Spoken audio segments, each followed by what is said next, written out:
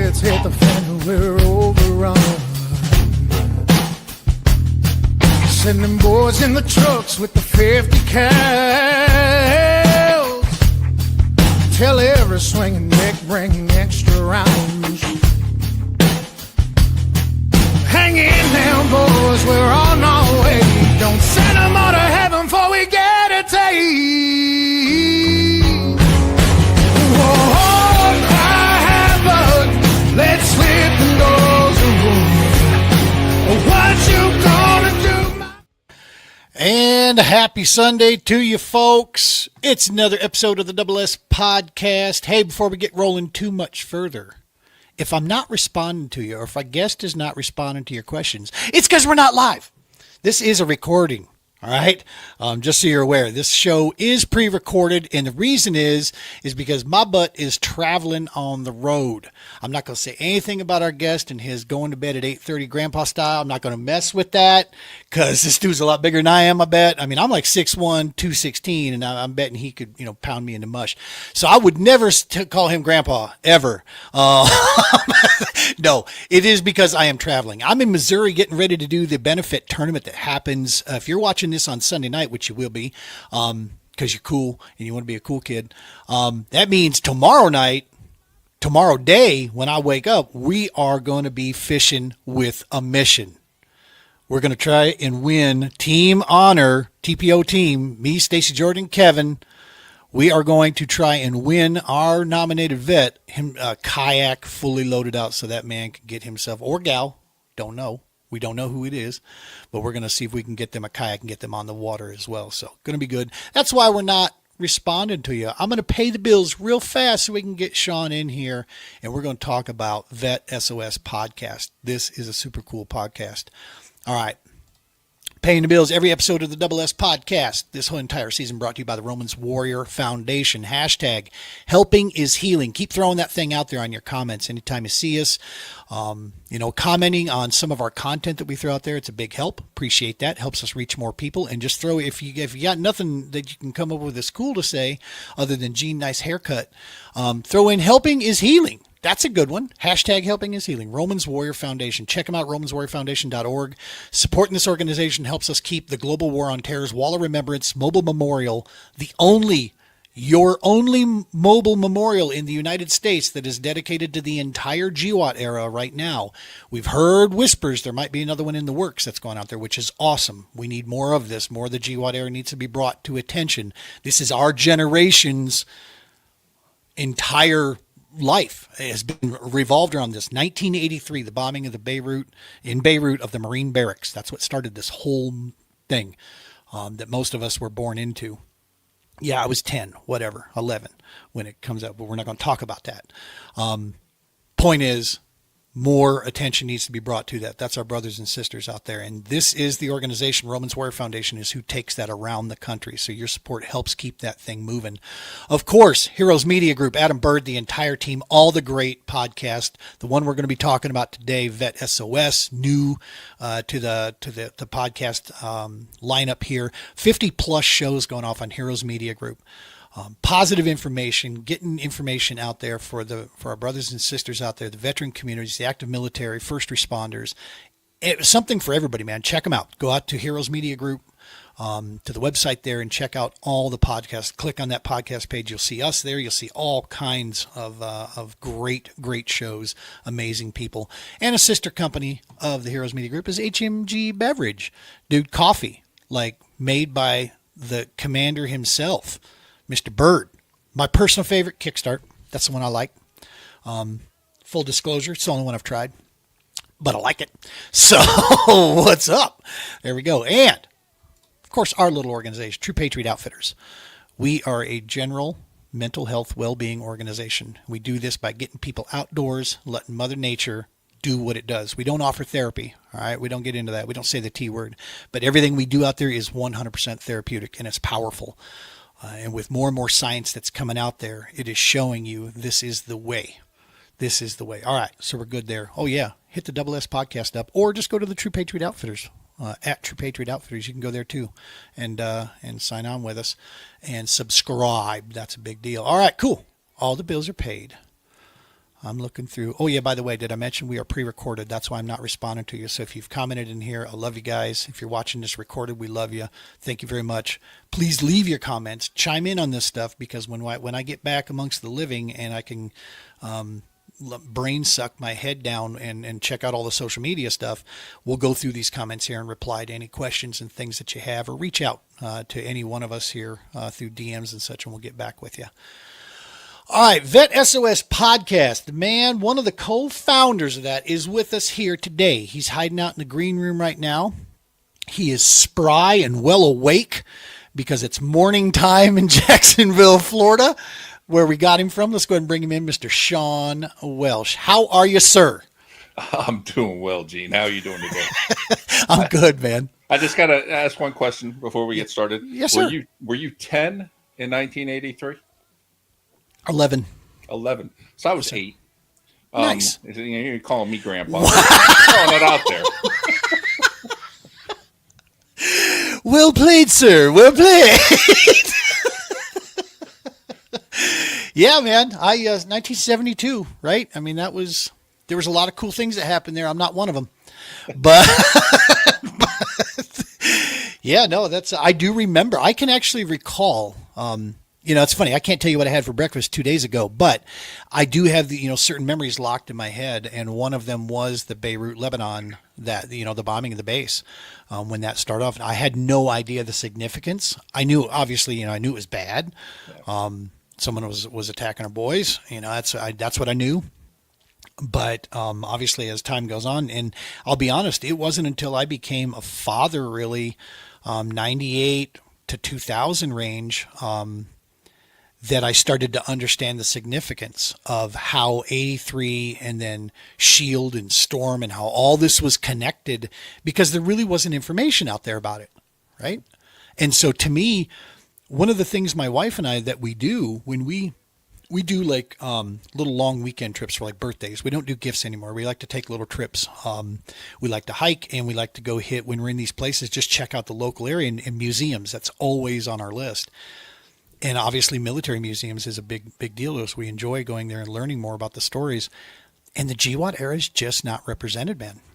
I don't know if they think it's too new maybe for a museum or what, but we are seeing, though, there are some big players that are starting to put this stuff up. Warhawk Air Museum, where I just was, they're opening their GWOT wing, is opening September, I want to say 12th. That's super cool. They're going to have an A-10 sitting in the hangar of this thing. Nice. Amazing. Yeah. So, yeah, the GWOT era is, we say this all the time. It's my generation's Vietnam, in all honesty, for us, because 2 years after I was like 2 when I think the final withdrawal took place there in Nam. Have you been to the National Veteran Memorial Museum in Columbus, Ohio? No. Ohio is a spooky place for me. Yeah, if you get a chance, add that to the list, because they got real stories going on in there. They're covering the GWOT? Really cool. Yeah, it covers all kinds of areas. It's not specific to GWOT, but definitely it's powerful. And it's called the National Veteran Memorial Museum. And they got this beautiful property. They got some outdoor memorial type stuff, and then they got the museum inside. They have real stories you can listen to. And it was, I think it was John Glenn, the astronaut, was the power behind getting this thing started. Okay. And it wound up getting added to the National Museum list. And then Scott DeLuzio, Drive On podcast. Yep, I've heard of it. He is working on an organization or a board or something for a GWOT museum. I don't know if it's the same one that you were talking about earlier. I have to go back and find the notes on that, but I know he's got his hands in being part of some sort of planning board there. Yeah. We went up to Du Bois, Wyoming, and up there is the National Museum of Military Vehicles. It is the largest. It is amazing. It is the largest collection of privately held military vehicles in the United States. Do they all have chalk blocks and drip pans underneath them? Yeah, many of them do. And I always wondered, what that was until I finally got the full site. If she ain't leaking, don't get in it. That means it's empty. No, you want to make sure there's a leak on it. I know that was true in military aircraft or Army aircraft. Exactly, especially the Chinook, right? Yeah, no, the one of the things I noticed there, to give you an idea of the size of this place, it's amazing. It's beautiful. The people there are phenomenal. But your pass that you buy, very reasonable price to go through this thing, is good for 2 days. Because if you stop and read the plaques, it'll take you 2 full days to get through this entire deal. Wow. But I can tell you the thing that struck me is World War II, of course, the biggest one. There is an amazing firearms collection. They have the musket that shot the first shot of the American Revolution, which was Nice. the guy was later put up on disciplinary charges because he wasn't supposed to shoot. He thought he could. I believe he did hit target, but it just happened to be a British officer too, which was also a no-no back in those days. You didn't target officers. Oops. Old boy was like, I got him. Click. They have that musket sitting there. But yeah, World War II, huge display. Then they've got Korean War, Vietnam, very, very little to no GWAT presence of vehicles in there right now. I just don't know if maybe availability isn't as because many of them I think are probably still in use. So I think it's probably a little bit harder to gather that. But yeah, I noticed that it's like interesting, man. Not so much there. They also have an outside yard. Pretty amazing stuff. Mm. Well, let's get to it, man. Let's for our listeners that don't know who you are a United States Army vet. Did you retire from the Army, or Yes. you did? Okay, yeah. So you're retired from the Army. Talk to us about that. When did you jump in, young man? Just the baby. Um, so I actually joined in 2003 after 9/11. For those of us in our generation, they remember the old Sam Goody music stores. I used to manage one of those and was actually opening my store post college. I was opening my store. I wanted to go work for a record label in Nashville. That was my whole goal and what I was trying to do. And Hell yeah. opening the store and 9/11 happened, and immediately all those stores had to get shut down and closed up for the next day or two. I can't remember how long we were closed, but that just my dad was career Navy, so I didn't have anything against the military. It wasn't the path I was planning on taking. Yeah. And then after 9/11, kind of like Pearl Harbor, just as like, what, I need to do something a little bit more important. Went in the Army. Didn't think I was making it a career. Honestly, thought I was getting out after 4, then getting out after 8, and then once I hit 10, I knew I was staying because already halfway. So it's it's one of those things. It's kind of like my golf game. Every time I go golfing, I'm out there to quit, and I hit one good shot. Next thing you know, I'm hooked again. It's Oh, fishing is just the same. 3 hours, nothing, one good bite. Ooh, I figured it out. That's awesome, man. So what did you do? You were a non-commissioned officer. Yep. When I you was, retired. Career intel. So I was an intel analyst my whole career. One of those jobs that I really enjoyed when I was deployed because you have the opportunity to make a real impact, Yes, sir. really save people on the ground and what have you. And being back home, not as much fun. You get to do security clearances, arms room inspections, that kind of stuff. Not as glamorous.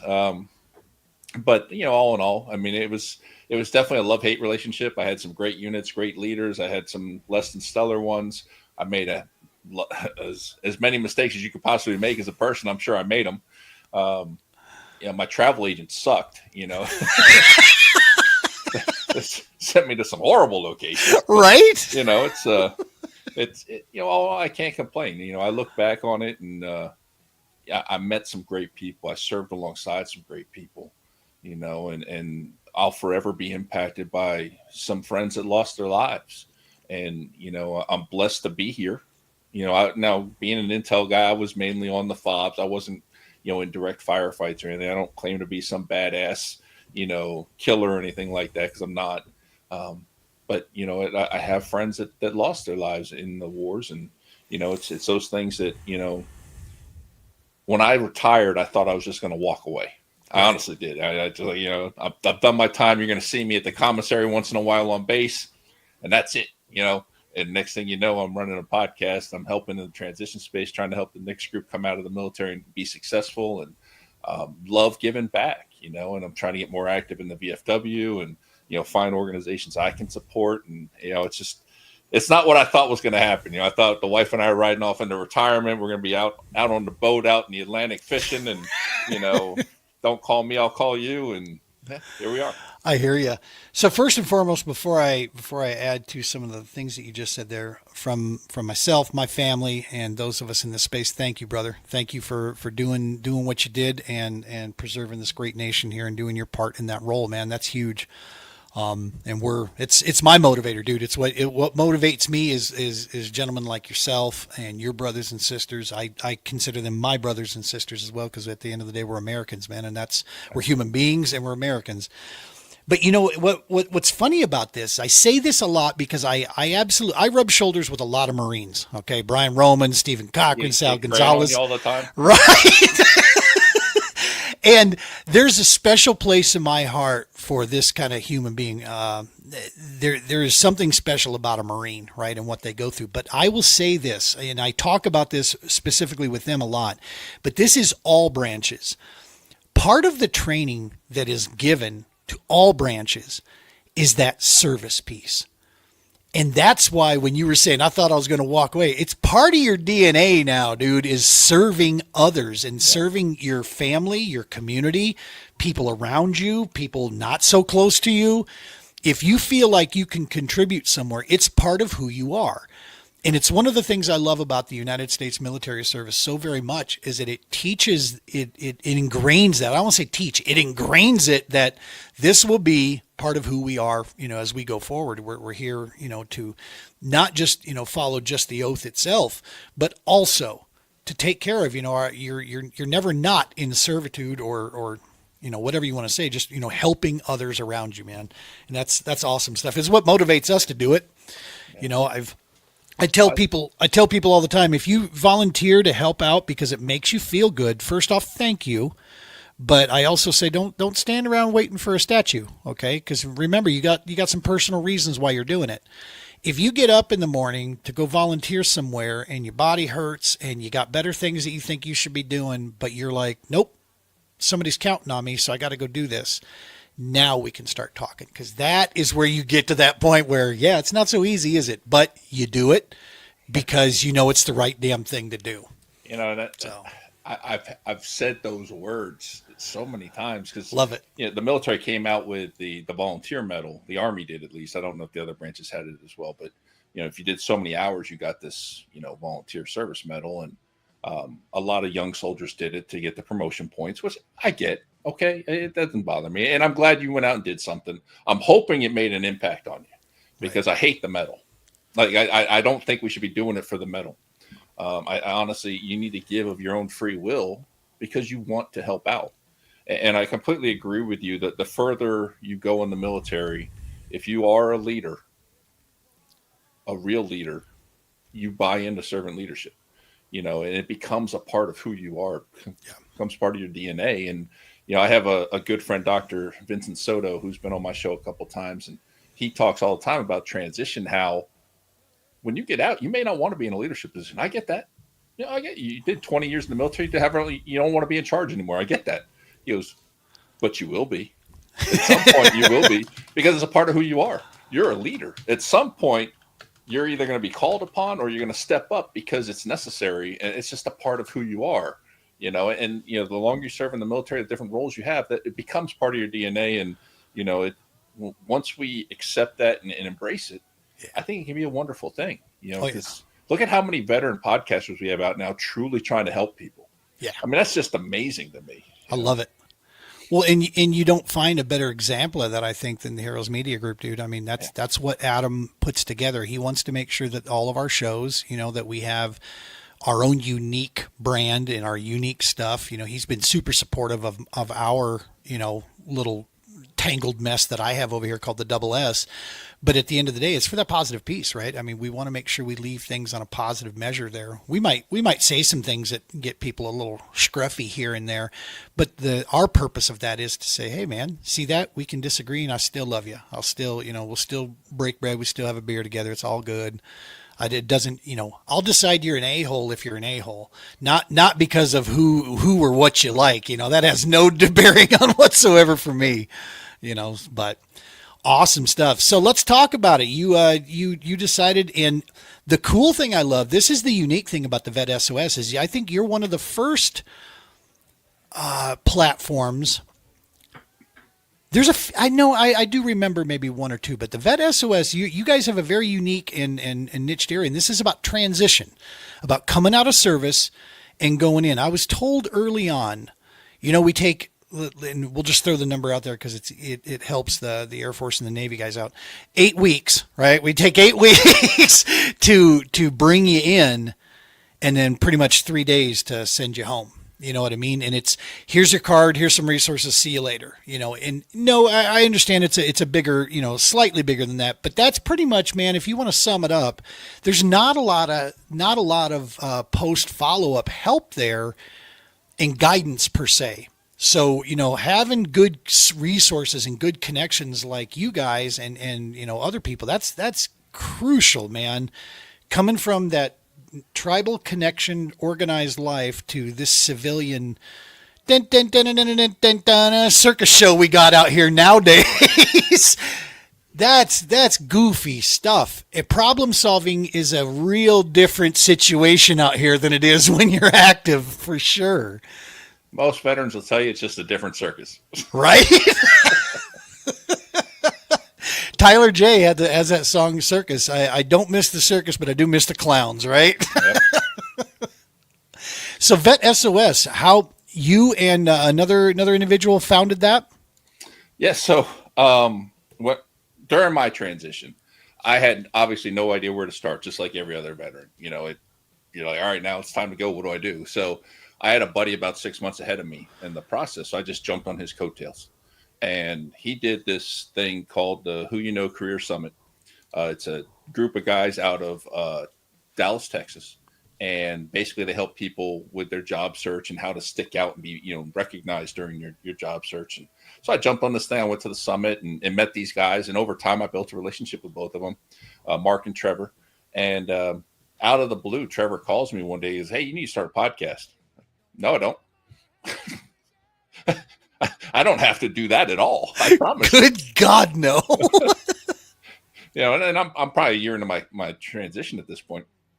And he kept bugging me about it. At the time I was doing a lot of LinkedIn videos, trying to figure out who I was going to be, that kind of stuff. And, what I wanted to do when I got out.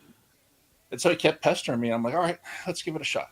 So I started thinking about what's the topic going to be? What are we going to do? And, came up with this idea of the military transition space, because at the time there were 40,000 plus organizations and the government doesn't tell you about any of them. So you basically learn all word of mouth.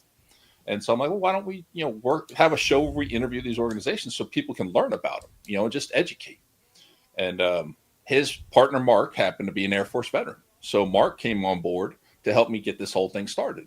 Because him and Trevor have been doing a podcast for, at that point, I think 3.5 years. So he joins me as well. So, the first year he's my co-host and we're going through this and, he's teaching me things here and there and we're just having a great time. And over time it starts to build. And then one of my mentors, Eric Brew, was working for ACP at the time. I asked him to come on board to replace Mark when Mark was ready to step away. And so Eric was my co-host for the next year. And, Eric is just a polarizing figure. People love he has that impact on you. And so he really, helped motivate me, helped the brand grow a little bit. And then, he decided to go to work for Warrior Set Free, be the Georgia director. It's a Christian organization helping veterans.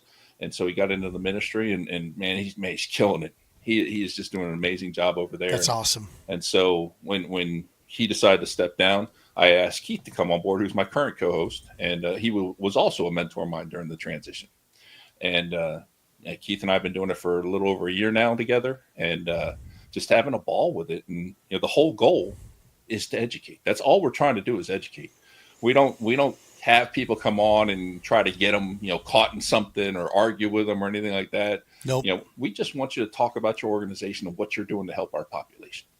And over time, that's branched out a little bit. We've widened the aperture to where we look at the different things in life that we do with transition. So one of my favorite interviews of all time was Veterans Last Patrol. It's an organization that does ceremonies for veterans in hospice. Oh, I mean, wow. you want to talk about amazing. In fact, we're in talks with them right now to try to stand up a Jacksonville chapter because there isn't one here. My wife being a social worker and working with veterans and having this old veteran in her house, she she loves the idea. So it's something I think we can get behind, and even get the VFWs involved down here. And but it just their mission is so cool, and the way they Wow. do stuff. And Mike Ware was our guest, and he goes, "Yeah, every time I do the ceremony, I tell the veteran, hey, you just re-enlisted, and they get a chuckle out of it, and all that good stuff." So just amazing stuff like that. PTSD, Michael Cortina, he does a ton of stuff with veterans, has the Cortina method, has had great results with PTS. It's great friend, love talking with him and supporting all the work he does. And so we get to talk to all these people. And Amazing people. Man, Kristen Christie, the co-founder of 988 Hotline, America's resiliency coach. She is, you want to talk about a woman who has every reason to go bury her head under the sand and not talk to anybody. I mean, she is the picture of resilience for everything that she went through with her family. And she's just doing amazing things for our community. It's people one after the other. Oh, I love it.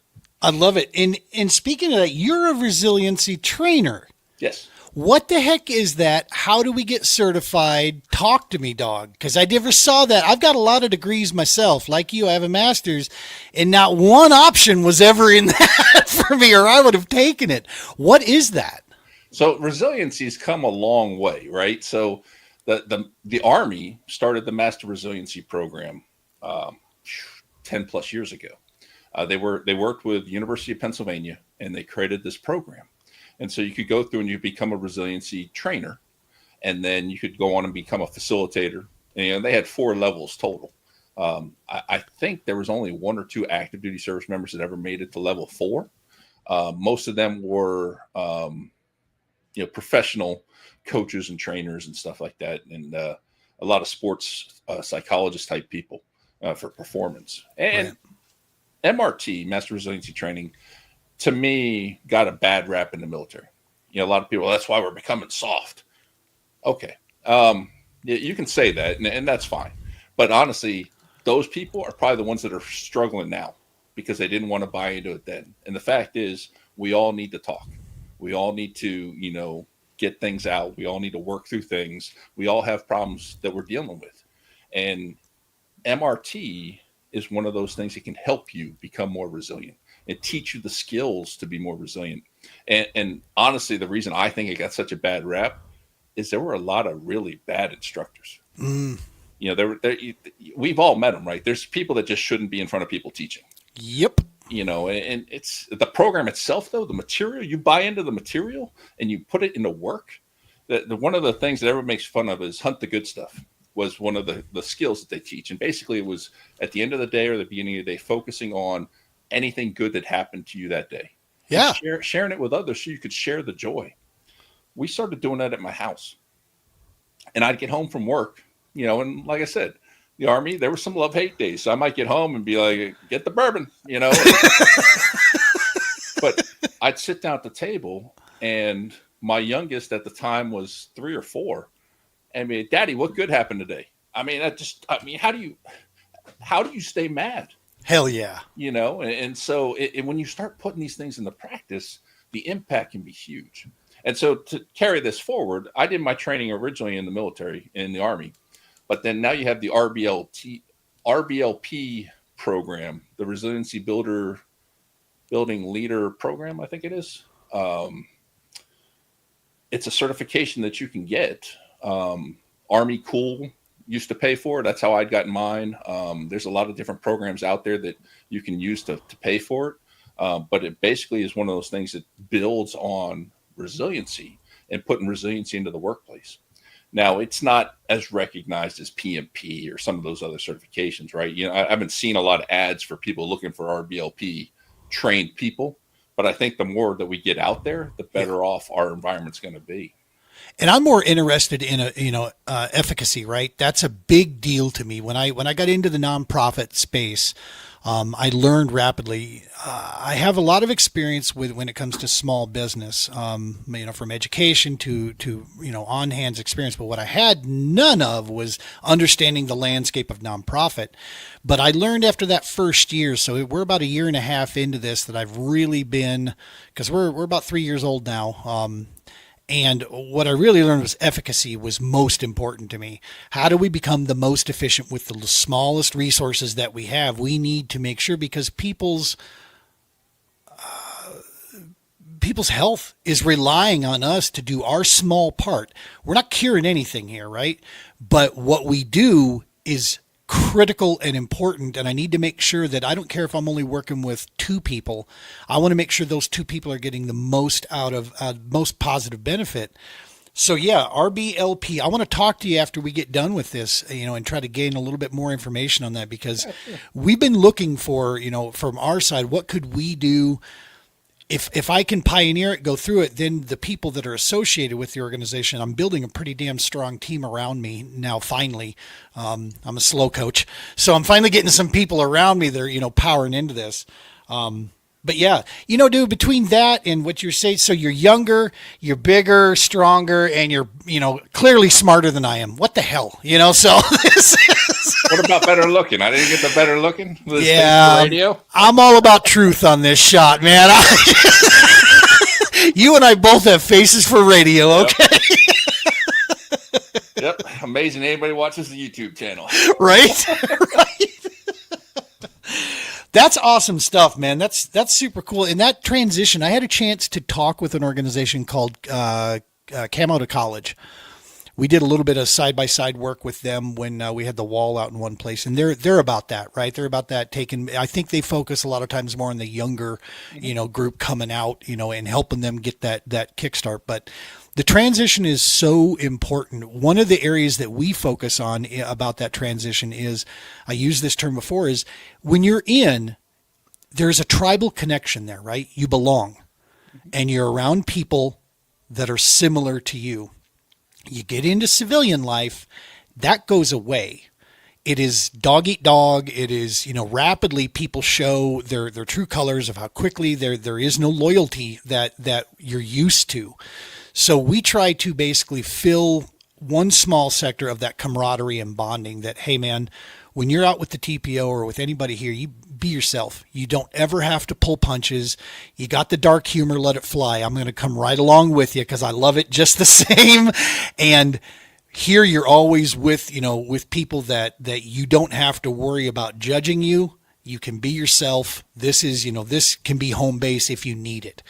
One day we'll have a brick and mortar location that we can, open up the doors. Hey man, tonight after work, you want to swing by, stop in, hang out here before you head home. If you need to, we're here type thing. It's better than sending them off to a bar or, wherever else type thing.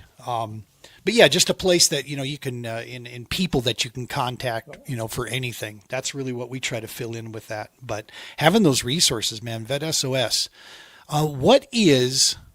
Because also in all of my degrees, journalism was never one that I took up. I bet you I have it here. So before I ask the question, I'm trying to get your social. SOS podcast. Where are you? Let's go Facebook, go to work. There you are. Hey, guess what? My personal account wasn't following you because I'm a lame-o. Now I'm following you. So it is VET SOS podcast. Yeah, at Facebook. Just go to Facebook at VET SOS podcast. Is that the same on Instagram as well? Pretty much everything. Yeah. TikTok, cool. Instagram, Facebook, X, even YouTube. Insta Chat, Facegram, all of them. Yep. And I'm a complete, caveman when it comes to social media. So, that's honestly the first role that when I get to the point where I can hire people, that's one of the first roles I want, is someone to run the social media that understands it and can make it valuable, because I kind of look at it like, we could be a marketer's dream. I have thousands of hours of footage that you can just chop up and go to work with. It's like it's all sitting here waiting for somebody that knows what they're doing. So hopefully, we can bring in some people. We're going to start actually advertising for some volunteers to start that route and get some support there. But love it. Yeah. And it's a huge thing, right? It's a time suck when you're not skilled at it. In your podcast, we do the same thing. You're trying to look at that ROI, right? What's the return on this? I'm spending all this time. Is it helping me with the mission of what we're trying to do with the podcast? Are we reaching more people or are we not? Am I just spinning my wheels for the same 200 people all day long? And so, yeah. Well, that's the frustrating part, is there's 200,000 people that transition every year. Oh my gosh. And I have less than 500 subscribers on YouTube. It's like, Right. that math's not mathing. We got to figure out how to get the word out. I hear you. Yeah. And I think the fact with you guys joining the Heroes Media Group, that's going to be a big boost. Yeah. Being able, now you guys obviously use StreamYard, yes? No, we were on StreamYard. Okay. I love StreamYard. I know we're on StreamYard right now. I didn't Yep. want to leave StreamYard, but StreamYard doubled their price. Didn't they? Yeah, so I left StreamYard, and I'm with Riverside now. Now with Heroes Media Group, I may go back to StreamYard, but I'll say this: if it weren't for Heroes Media Group, I would have left them. yeah, Yeah, that was the only reason we could stay there is because we could work with them on that. Because what that new company did, it's like, do you just not want people? You are more than doubling your price on us. And I reached out to him like, hey man, we're a nonprofit. Is there anything you could do to help us? Nope, sorry, this is the package. well, it's like You guys suck. Social media schedulers. I was on Loonly for a year, and they were literally going to go to a 4-digit number for a yearly subscription. After 1 year, I'm like, you're out of your mind. Yeah. Especially again, ROI. It's like, what? I'm sorry, what are you doing for me again? I think it feels like I'm doing stuff for you more than you're doing stuff for me. And we're trying to like figure it out and get it going, right? We've been doing this for 3 years. I cover all expenses. This is a passion project for me. We became an LLC at one point because we were going to try to monetize a little bit, bring cover expenses type thing. And then over time, we decided we were going to start a nonprofit. So basically, what I did was dissolve the LLC and moved everything to the nonprofit side, and we're in the process of waiting for that whole paperwork drill through the government. But yep. I didn't want to run two companies. So you figure if we can get it down to just the one organization, and like you were just saying, you got some great people around you. That was my whole motivation. Yep. Is I don't need experts. I don't need some guy with general in front of his name or whatever to join my team. Nothing against them. They do some great work, but I want people that I know, I trust, and I know care. Because if you got the right heart, we can move mountains. And isn't that the truth? Yeah, I mean, so my co-hosts, I got several great co-hosts that, man, they love what they do. The passion comes through in the interview, and you're like, man, that was good. Isn't that the key? Oh yeah, our new show, The Scoop. Kingsley's killing it, man. He brings so much energy to that show. And I'm like, dude, once we're official nonprofit, the board's going to fire me and give you the show. It's like, man, he is killing it. And then, we have an education show and an entrepreneur show. And both of those guys are, Maurice is doing the entrepreneur one. He's a local guy who was my realtor, actually, helped me buy my house. Nice. But loves talking to these people. And he's been building these great relationships off these interviews. And then Kira, her and I started the education one together. Now she's running it, and she loves education, so the passion's there. Yep. And then like Mark and Eric, they're on the board, but they're also sitting on the bench to co-host whenever they're one of us has to step out or whatever. So having these guys that have come through and are still part of the team, man, I'm so blessed. It's awesome, ridiculous, with the people that we've surrounded ourselves with and that want to be a part of it. Well, and that's part of the leadership thing, man. It goes back to that. You surround yourself with smart people, right? If you're the smartest dude in the room, you're not leading right. Yeah, you're not leading right. You know what I mean? It's like, no, you need to have really awesome people around you. It just happens to be that leadership, there's a lot of headaches that comes with it. So if you're the guy that's willing to take on the headaches, it doesn't mean you got to be the smartest guy on the subject matter. So having other, really rock stars around you, that's where success comes from. Like you said, together, you can move mountains, man. You can do some amazing things. And the thing is, I never started this to make money. I don't even want to work for the company. I'm happy being on the board. Yep. I have a sergeant major buddy who was a sergeant major of mine in my career, who still has a couple of years till he retires. But that's the person I want to be my CEO. I have never worked for a better leader who truly cared about the service member. And if I can bring someone who cares about the service member and their families to lead this organization, guess what? We're always going to be focused on the service member and the family. I love it. It's like, to me, it's simple math. Maybe I'm wrong, but I don't think I am, because I was going to say, I don't think you are. I think you got it. That love and passion can overcome so many shortcomings. I'm so glad to hear you say that. That was more people need to understand that about, I say this from the coaching days. I have a little segment called Coach C's Chalk Talk. One of the things I try to teach people is don't ever think for 1 minute that you got one purpose or one passion out there, right? You can have multiple. No one ever said you had to only have one. It can change over time, and you'll find out what it is. It'll speak to you immediately, going, "Whoa, there's something bigger there going on." Guess what? That's a passion for you. It's not the only that you get. I had to do the very same thing because here I was out here preaching this stuff and squawking away and not paying attention to what was happening to me, and that was fishing in the outdoors became work.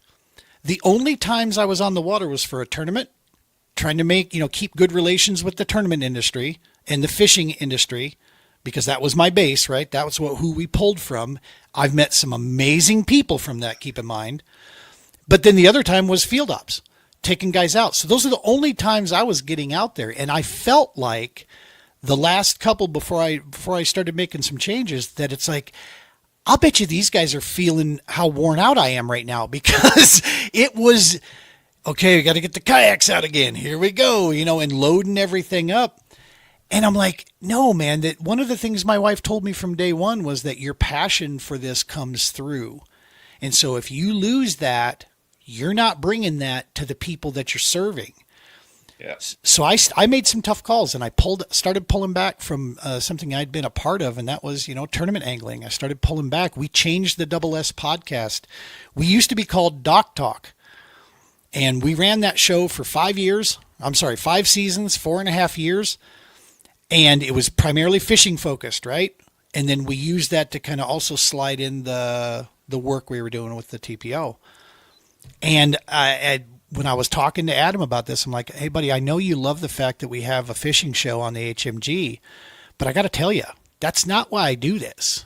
Right? That just happens to be something else we do. I need this passion for service to come through. So now I talk fishing on a support service podcast, right? And it was just changing that focus up a little bit. I've pulled out of tournaments, and lo and behold, man, knock on wood, my fishing's gone through the roof. I'm catching more fish. This has been the best year of me taking guys out onto the lake. They are catching fish galore. Ranger was asking me yesterday as I was taking a buddy out there. We're cutting across the lake. The Ranger boat's just sitting there. It's the only boat on this water. Only kayaks are allowed. And as we go by, she's like, who's going to win or get the biggest fish today? I said, if I do my job right, him. And sure as hell, man, he spanked me. He spanked me real well yesterday. He got several bigs. And he come off of there. There was lots of laughs. He was super grinning at the end of the day. And I'm like, that's what it's about, dude. And so now it's coming back through. When you have that passion, people feel it, around you, and they know you're not full of shadooby. I've had this conversation with so many people too. It's like when you join any kind of movement, it's not a life sentence. You're not stuck in that organization for the rest of your life, because if you're as passionate about it as I get, as passionate as I get about things, it's going to take a toll. It's going to wear you down. You're going to start to lose that passion, that love. And let's just say I haven't always left when I should have. And I'm learning that lesson. I'm still learning that lesson. At some point you have to take a break, walk away. Maybe it's time for a different venture, and regardless of where your passion lies. And there's been several organizations I've been a part of that I've left. And I'd like to say I always left on good terms, but I probably know better than that. Because I probably stayed a little too long and my mouth got in front of me, and it's. You got that problem too? Sometimes, and that's kind of, as I sit here, year 3 going into year 4 of the podcast, it's like, okay, when's this end? And like right now I have a blast on air. So, and I think the passion that Keith and I have and the chemistry we have together comes through. So I'm good with it, but I'm hoping that I see the writing on the wall before I go too far and be like, hey, all right, it's time to find someone else to host. I'll just stay on the board. Or maybe it's time to walk away together. I've done as much as I can. We got this going. Now it's someone else has to take the ball, move it forward. And who knows, and at the same time balancing the boss at home. Because I told the Right. boss that when I retired, it was time to pour back into the family because unfortunately, as service members, we pour ourselves into the service and we neglect the family. And that's, I think, one of the reasons why divorce rates are so high. Yep. And trying to find ways to balance everything. And like we do all our recordings in the morning once a month. So the first Saturday of every month, essentially, we're recording, and the boss is good with that because the kids. I got teenagers, so they're still in bed. She gets to sleep in, and so it doesn't really impact the family. And now, granted, every time I say, "Hey, I got this idea for a new show," I get the eye roll, and there we go. But she's my wife has supported me through every venture, and not to mention just running the house in my absence. And it's just next year's 25 years, which I can hardly believe. The longest job I've ever had. Wow. And, Congratulations, man. That is awesome. But it's we're enjoying. Now, I still have a regular job, right? But we're enjoying the retirement life.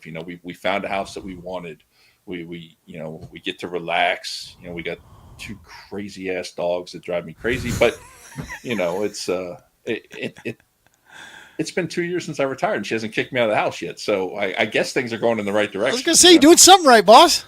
Yeah. So isn't support structure huge, man? I mean, that is everything. I tell people all the time, make no mistake. Every day I'm unbelievably grateful for the opportunity that I have to work, nonprofit work, doing the podcast, doing the nonprofit work, the most work I've ever done ever in my life. Longest hours. I never turn it off.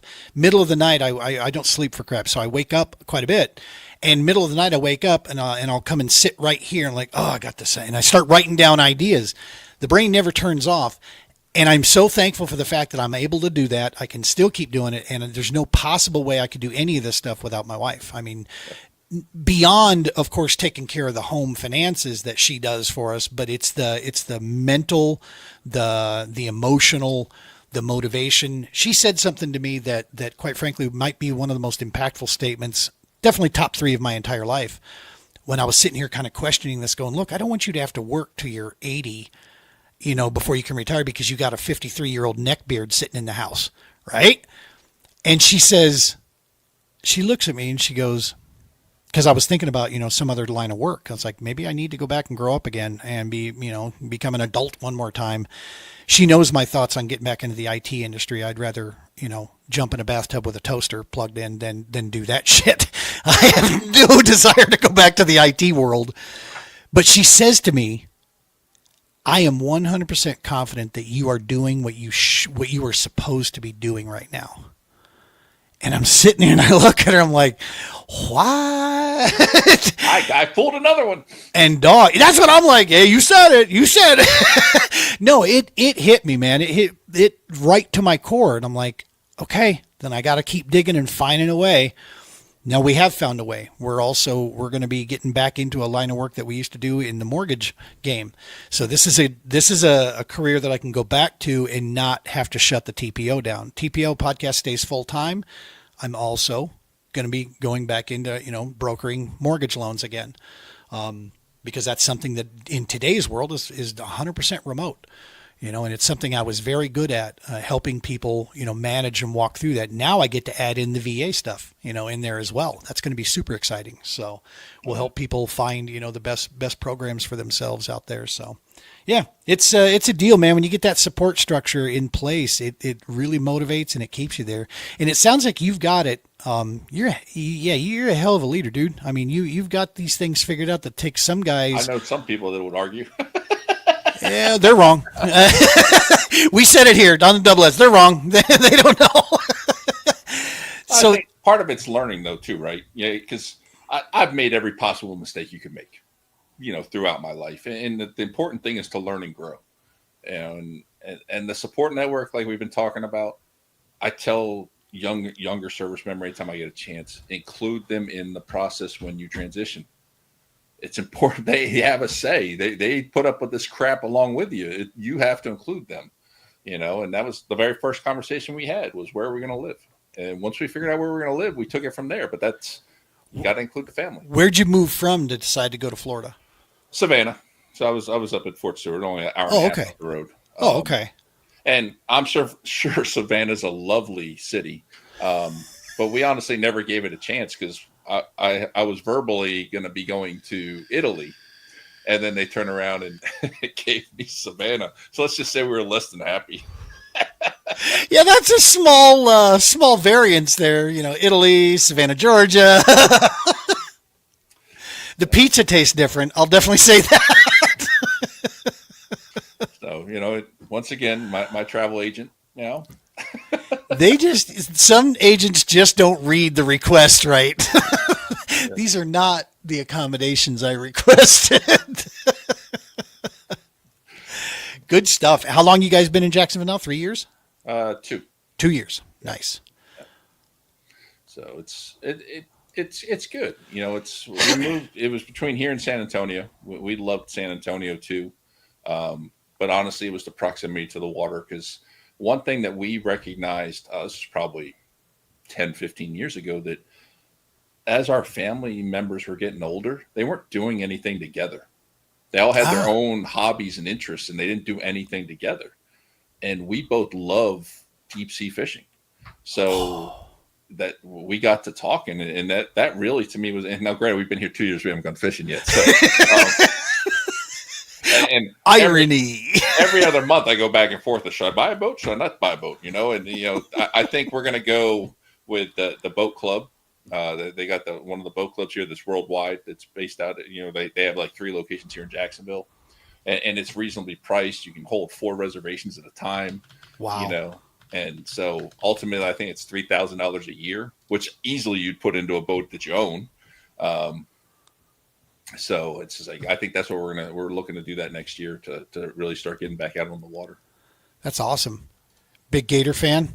Are you No. Seminole? No? Oh, I am a Tennessee Volunteer through and through. All right. So you're in kind of enemy territory a little bit down there. That orange and white hat, you need to be careful what color of orange you're using. When you're 6'6", 300 pounds, you wear what you want. That's true. Most of them think I played for the team. Right? That is so cool. And we were saying off air that the cool thing about the weather there is that there's something about where it's positioned that a lot of stuff kind of jumps it, right? And goes around there. So it's not usually as wicked. Yeah. I mean, we get the typical daily thunderstorm. Now, growing up, not growing up, but like when my dad retired in Pensacola, Florida, and like you could count it on a clock, like 3 o'clock, you got a daily thunderstorm. Oh, wow. That'd be cool. It comes in, cools it down for a minute, then it's 1,000% humidity for the rest of the day. Right. Here, for some reason, the storms come in about 5. I'm like, I'm just getting off of work when I jump in the pool, fire up the barbecue, and it's raining. It's like, oh, that's wild. We got to back this up a couple hours before I get out of work. But now there's something, and I don't know all the ins and outs of it, but I believe it's something with the shelf off the coast, not to mention the way the shape of the coast is, that for some reason, a lot of hurricanes wind up pushing north or pushing south of us. So knock on wood, so far we've been good here, and hopefully that continues. And the winters, what are the winters like down there? I mean, does it what, like 40 degrees is cold there? 50? I'm a grandfather now, right? According to you. So anytime it hits 65, I got to put on a jacket. It's that circulation. You start to lose it, buddy. I'm just saying. So we'll get down to freezing from time to time. No kidding. Yeah. Throughout history, it has snowed in the north part of Florida here. But do you know where Live Oak is at? Yeah. Kind of a big brother who lived there. I was going to say kind of a big deal these days. I heard now, like when I lived there, it was not a big deal, right? It was a big deal if that town was going to survive. But then I heard something about Little League had some impact on that area that really boosted the economy. So I lived there in like 3rd and 4th grade. And I remember one winter, little sleet pellets fell out of the sky. And I thought, good Lord, what's happening here? Keep in mind, I just moved from Minnesota down to Florida. So I thought I was like in the middle of the Amazon down there compared to where I was, moving from. So yeah, but that's a little bit further south than Jacksonville. Not much, but a little bit from where you're at in that neck of the woods. My dad was stationed up near Philadelphia most of his career, off and on. Mm-hmm. So I consider that area home. I went to elementary school and high school with the same kids, and we moved. He retired in '94. We moved down south after the blizzard in '93 that came through there and just shellacked everything. Right. And now every time I go home, even the slightest window of winter, it snows. I'm like, Nope. I'll just stay down here. Exactly. I'll be honest with you. The draw to me is being able to fish 12 months out of 12, or at least 11 out of 12. I'll take a month to respool my lines. That's cool. I can clean some rods and reels for 30 days. But the fact that I get like barely 7 months here, and I just moved from Minnesota back down to here again. So I've spent most of my time in the Arctic tundra, it feels like. And it's like, bleh. Yeah, I want to sell my snowblower, dog, so bad. There will be few things in my life that'll be more liberating when I'm like, ha ha, that thing is gone. Yeah, no, I'm completely fine never owning one of those. Yeah, exactly. The community in that area, we were just up in Idaho, Nampa area, and I got to tell you, unbelievable support for the veteran community in that neck of the woods. So many organizations, so many of the people that were just, you can tell they support and 100% want to find ways they can help out in these areas. Jacksonville area, what's it? I mean, it's a college town, so you got to kind of balance that out, right? Not a college town. It's not? No. We got University of North Florida they don't have. That's right. I'm sorry. I'm thinking Gainesville for the Gators. No. Yeah, I'm thinking Gainesville for the Gators. The VA hospital is in Gainesville, ironically. Okay. Which I guess makes it kind of center of the state. But no, Jacksonville is very much a military town. We got Naval Air Station Jacksonville, which is, I believe someone told me that's where the Blue Angels originally started. Oh, They're no based kidding. out of Pensacola, but I think they started here. Then, of course, you got Mayport out on the coast here in Jacksonville as well. And we used to have Cecil Airfield, which is now, I think, guard and private. Very cool. But this is the Home of Wounded Warrior Project. They're based out of Jacksonville, Florida. That's right. Yeah. K9 for Warriors, based out of Jacksonville. There's several other nonprofits that are here, and some that are based here. That may just be like local type thing. I've had several on my show, like Operation Lifeline, retired. I think it was 05 from the Air Force. I mean, basically working that whole homeless issue we talked about. It's building. He's actually trying to build affordable housing for veterans, which is just amazing. What he's doing is just amazing work. But yeah, down here we got. It's very much a military town. That's so cool. Tons of support. Yep. And that's also extremely critical in the nonprofit game. It's one of the things I struggle with being in the Denver metro area out here. We have a ton of veteran population out here. And we also have a ton of population that does not usually align in the same mental space as the veteran community. So it's quite the hodgepodge out here that we have. And so it makes it tough to sift through, the high population areas like this to find those supporting organizations. That's awesome. So talk to me, when does the VET S.O.S podcast air? What does your normal schedule look like? Is this a weekly deal? When is this? So right now we have 4 shows, like I was saying earlier. So Yep. Tuesday nights, our flagship show, the Military Transition Resource Show, airs at 7 p.m. every Tuesday. Every Wednesday we have our veteran education or veteran entrepreneur spotlight. And that's for veterans and veteran spouses who are entrepreneurs to come on and talk about their journey, share that journey with the next group coming out, so they can avoid some pitfalls, learn about resources. And then we also talk about their business a little bit. And then that's every Wednesday at 7. And then our educational resource spotlight is every Thursday at 7. And that is focused on anything education related. Perfect. So we primarily started to talk to like the directors of the vet centers on campus, because when it comes down to it, in a lot of cases, education's education. You're going to learn the same theories, principles, use the same textbooks, that kind of thing.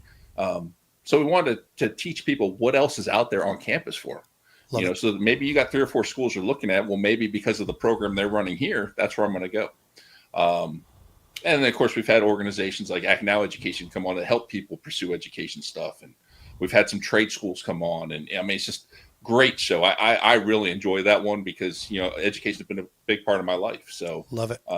Getting to learn that. And then Saturday mornings, 10 a.m., we have The Scoop with Kingsley Scott is our host for that. And that's kind of our variety show. So we started with interviewing authors who've written books in transition. And then we started looking, okay, let's include a wide array of veteran and veteran spouse authors. And then also organizations that maybe don't completely fit the transition space, but still kind of help us, So like we had one organization that's helping with finding the MIAs. It's a private nonprofit, Terra something. I can't remember the full name of the organization, but great organization, definitely impacts the veteran space, but not really a transition organization, So we kind of use it to be able to do additional things that maybe we couldn't have done before because we've really tried hard to stay in our niche.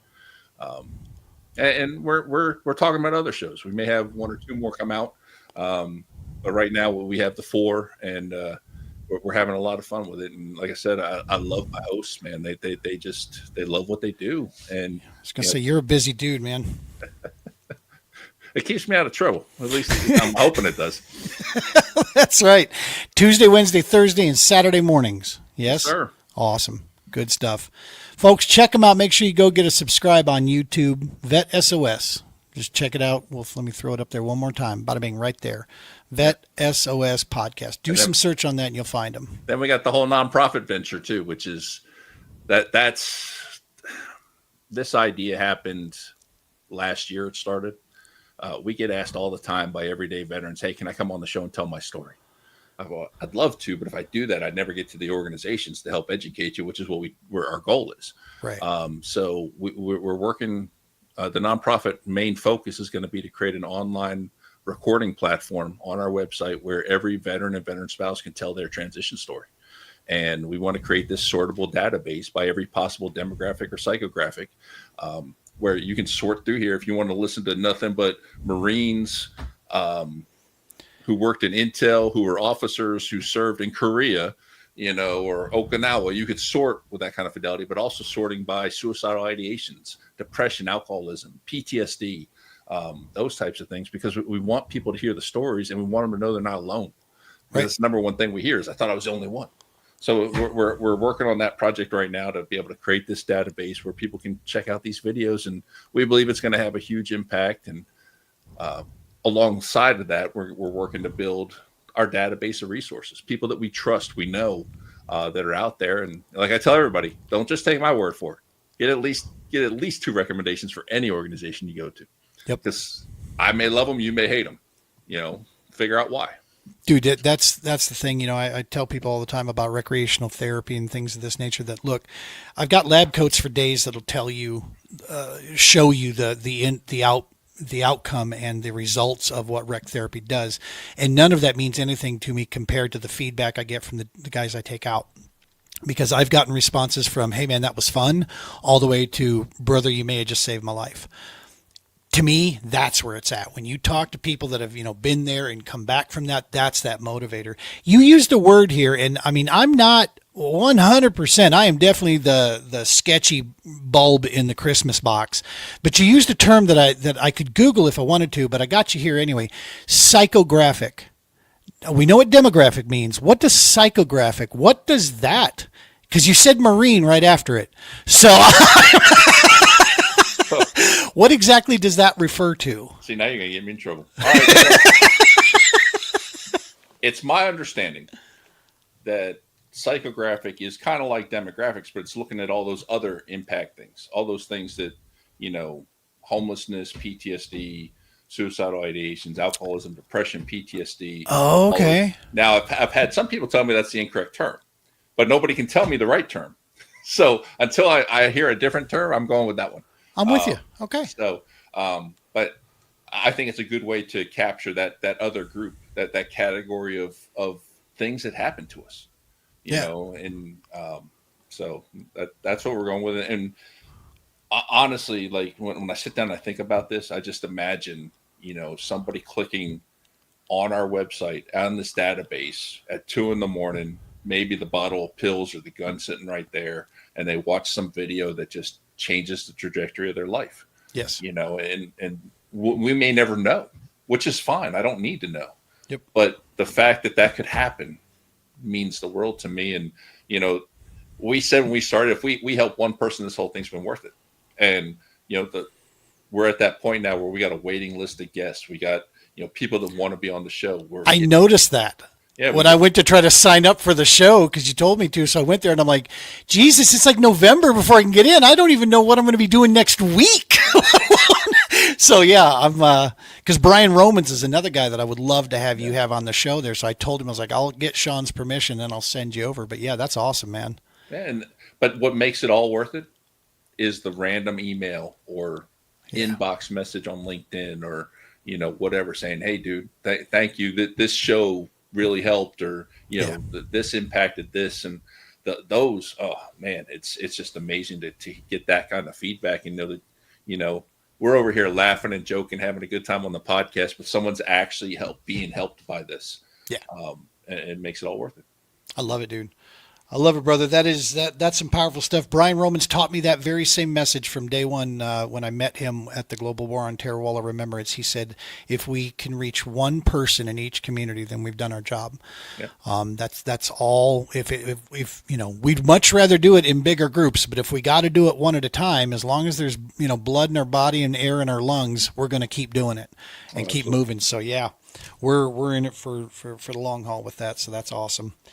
Listen, folks, make sure you check them out. VET S.O.S podcast, Tuesday, Wednesday, Thursday, Saturday morning. Check out the nonprofit work they got going on out of Jacksonville, Florida here, but covering nationwide, clearly. This is huge stuff. We are damn glad to have met you, man. And thank you to Mr. Willis for connecting us there on Tip of the Spear. That was a ton of fun. Yes, it was. Yes, it was. I like being that, I'm one of now 2 token civvies in that group. Me and Cheryl Ann, we get to be in there, and so it's cool to share space with people that we admire and are so grateful for. Thank you, brother, for all your work, all the stuff you're doing out there. We're going to keep following along, and watching. If there's anything that Double S can do in this process to help out, please let us know, man. Consider us a resource. We're here we're your jesters if you need us, right? We'll come in with comic relief, anytime, man. We got you in any way we can. We'll definitely help out. Likewise, man. I really love the work you're doing, and it always bothers me when you hear the veteran versus civilian, argument or whatever. I loved what you said earlier about being a patriot, Yes, sir. And that's the thing is, I don't care if you served or didn't serve. I understand it's only a certain percentage, but are you honoring the service that others did? And whether that's military, police, fire, EMT, whatever, everybody is putting their life on the line for one reason or another. And, I just want to see the country respect that. 100%. I'm a former first responder on a small level. I did dive rescue work out of Larimer County, and I understand that mentality, of the community service side. That's always, made sense to me 100%. And I think the first step in this process for any civilian out there is, number one, understand what it means to be grateful.